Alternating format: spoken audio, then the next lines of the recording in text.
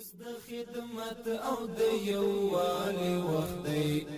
اوس د وطن د جوړونې وخت دی. الحمد لله رب العالمين والصلاة والسلام على أشرف الأنبياء والمرسلين نبينا محمد صلى الله عليه وآله وصحبه أجمعين. أما بعد، د لوړ زده کړو وزارت علمي مرستیال محترم دکتور لطف الله خیرخوا صاحب، د ملي رادیو تلویزیون عمومي رئیس مولوي صاحب احمد الله وسیق صاحب او د امارت اسلامي مرستیال ویان محترم بلال کریمی صاحب، د اطلاعات و فرهنګ وزارت پر رسنیو د څار رئیس محترم مولوي صاحب عبدالحق حماد صاحب، د بختر اطلاعاتي اژانس رئیس محترم مولوي صاحب ضیاء الحق حکمل صاحب، د ادارې رئیس صاحبانو او د غونډو ګډونوالو، السلام علیکم ورحمت الله وبرکاته. د هر څه د مخه په سار کې درنو مېلمنو ته ښه راغلاست وایم. دا چې نن ورځ د هویت مجلې د لومړي چاپ او مخکتنې په مناسبت راټول شوي یو. په همدې پار د اطلاعاتو عامه اړیکو ریاست له همکارانو، لیکوال پلاوي غړو او شامل همکارانو څخه مننه کوم او د دې مجلې د تاسیس او لومړي چاپ مبارکي وایم او د لا پیاوړتیا هیله کوم. لکه څرنګه چې خبر یاست، د اطلاع د احصایې او معلوماتو ملي اداره د احصایوي ارقامو او معلوماتو د نشر رسمي او معتبره مرجع ده چې په همدې اساس شاوخوا 80 عنوانه بېلابېلې نشریې لري. لیکن د هویت مجله نه یوازې دا چې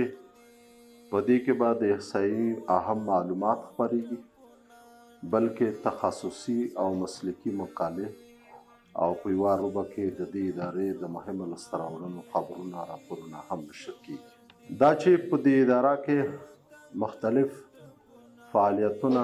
طی مراحل کېږي او د ټولو رئیس صاحبانو نه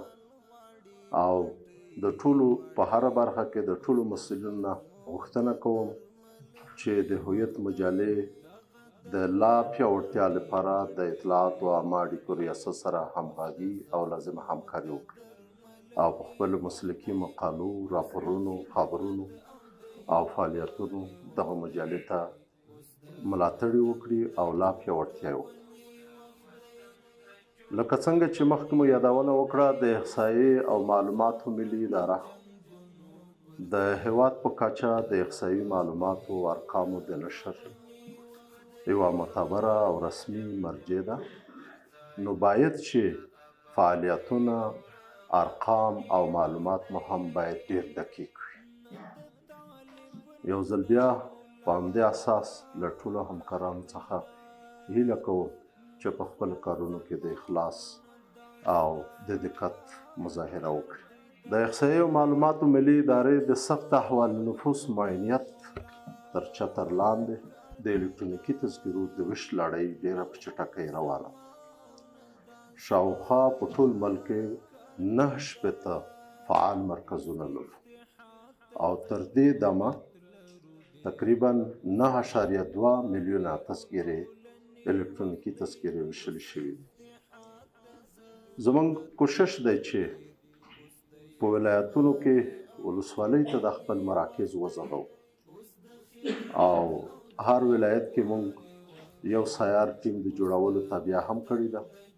چې د ضرورت په وخت کې لر پرتو سیمو ته لاړ شي او خلکو ته د سهولت لپاره هلته د دوی نومونه ثبت کړي او تذکرې ورته وشي. موږ هم په پام کې لرو چې کوم وکولی شوه د کارتونو د کمبخت سره مخامخ نشو، نو په نږدې ګاونډي هېوادونو کې هم د الکترونیکي تذکرې د ویش لړۍ شروع او د احصایې او معلوماتو یو بل اهم معاینیت د احصایي معاینیت ته چې هغوی هم ډېرې مهمې برنامې تر لاس لاندې لري او ډېرې مهمې سروګانې د هغې د جملې نه د نیکسټ 6 سروې چې اوس د هغې کارونه تقریبا 95% خلاص شوي دي او ډېر ژر به انشاءالله هغه معلومات او راپورونه ستاسو سره او دنیا سره شریک میکس سروې د خپل نوعیت له مخې ډېره اهمه ده په دې کې ډېر اهم معلومات اړین معلومات دي د ماشوم او د مور د صحت او د ماشوم د تغذیې او نور اړین معلومات دي چې هغه به انشاءالله د هغې نه به ډېرې لاسته راوړنې موږ ولرو او موږ هم انشاءالله د نورو سروې چې هغه د سار د عاید سروې ده په هغې باندې هم کار روان دی که د یونیسف سره توافق ته ورسېدو UNDP سره نو دا هم په پلان کې لرو او د صحت یوه بله سروې ده چې هغه هم ډېره مهمه ده هغه هم په مخ کې موږ لرو د احصایي او معلوماتو ملي اداره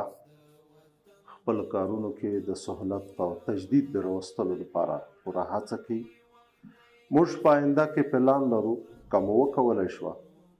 چې د هېواد په سطحه یو شفاف ترین نفوس شماري وکړو چې دا یو ډېر حیاتي عمل دی او دې ته سخت ضرورت دی او هم موږ انشاءالله نوي کال کې د آسان خدمت پروژه لانچ کوو چې هغه هم په ولایتونو کې په مرکز کې به لکه څنګه چې د نام نه ښکاري آسان خدمت د یوه چتر لاندې اړین خدمات ټول عرضه کول د برقي تذکیرې د پاسپورت تولد کارت او قونسلي خدمات په هغې کې شامل دي په پای کې زه ډېر وخت نه نیسم نور مېلمانه مشران دلته موجود دي یو ځل بیا د هویت مجالې د همکارانو لیکوال پلاوي چې ډېر زحمت یې ایستلی دی او د راغلو درنو مېلمانو څخه مننه کوم او کورودنی ورته وایم الله جل جلاله دې ستاسو ټولو ته په دې زحمتونو او تکلیفونو چې تاسو ایستلي دي الله دې بشپړه بدله درکړي آمین واقول قولي هذا واستغفر الله لي ولكم ولسائر المسلمين اوس د خدمت او د یووالي وخت دی اوس د وطن د جوړونې وخت دی